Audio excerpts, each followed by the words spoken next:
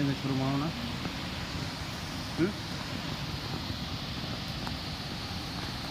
Okay, ಇಲ್ಲಿ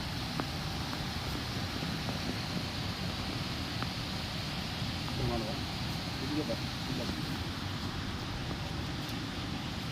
ಬಾ ಕಡೆ ಅಂಚ ಬಿಡು, ಬಾರೋ ಬಾ ಕಡೆ ಎಲ್ಲ ಕಾಣಿಸ್ತಾ ಇದು.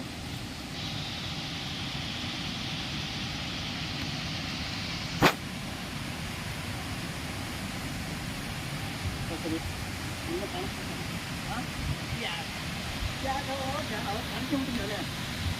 ಅದು ಉಳಿದಾಗಿಲ್ಲ, ಕಲ್ಕೊಂಡಿದ್ದೆ ಅಥವಾ ಎಲ್ಲಿ ಅದು ಅದೇನಿಲ್ಲ ಅದೇ ಸಮಯ.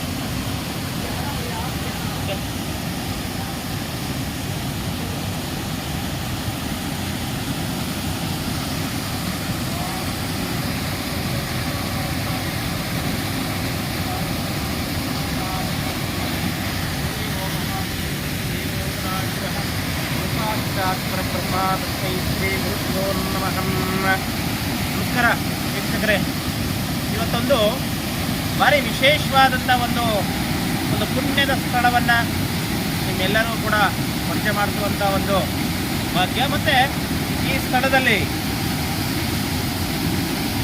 ಸ್ಥಳವನ್ನು ಕಲ್ಲತ್ತಿಗಿರಿ ಅಂತ ಹೇಳಿ ನಾವು ಕರಿತೀವಿ. ಸ್ವಾಮಿ ವೀರಭದ್ರ ಸ್ವಾಮಿ ಗವಿಯಲ್ಲಿ ವಾಸ. ಇಲ್ಲಿ ಯಾವಾಗಲೂ ಪುಣ್ಯ ಜಲಗಳು ಬರ್ತಾ ಇರ್ತಕ್ಕಂಥ ಒಂದು ವಿಶೇಷವಾದಂಥ ಸ್ಥಾನ. ಇಲ್ಲಿ ಈ ದೇವತೆಗಳಿಗೆ ನಾನೊಂದು ಎಪಿಸೋಡನ್ನು ತೋರಿಸಿದ್ದೆ ವೀಕ್ಷಕರೇ.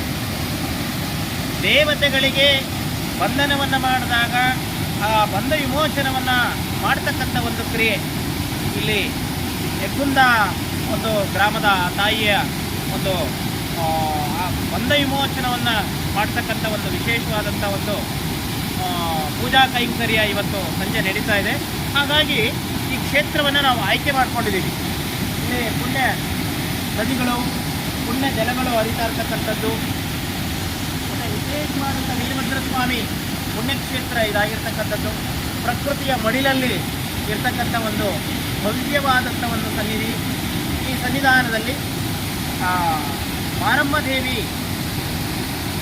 ಮತ್ತು ಆ ಒಂದು ಏನು ಯಗ್ಗುಂದದ ಗ್ರಾಮದೇವತೆ ಇದ್ದಾಳಲ್ಲ, ಆ ತಾಯಿಯ ಬಂಧ ವಿಮೋಚನವನ್ನು ಮಾಡ್ತಕ್ಕಂಥ ಒಂದು ಕ್ರಿಯಾ ವಿಧಿವಿಧಾನ ಇವತ್ತು ಹೇಗಿರುತ್ತೆ ಅನ್ನೋವಂಥದ್ದೆಲ್ಲ ನಿಮ್ಮ ಮುಂದೆ ತೋರಿಸುವಂಥ ಒಂದು ಪ್ರಯತ್ನ. ಹಾಗಾಗಿ ಮುಂದೆ ಆ ಪೂಜಾ ಕೈಂಕರ್ಯಗಳು ಹೇಗೆ ನಡೀತವೆ ಅನ್ನೋಂಥದ್ದನ್ನು ನಿಮ್ಮೆಲ್ಲರೂ ಕೂಡ ತೋರಿಸುವಂಥ ಒಂದು ಪ್ರಯತ್ನ ಮಾಡ್ತಾ ಇದ್ದೀವಿ ವೀಕ್ಷಕರೇ.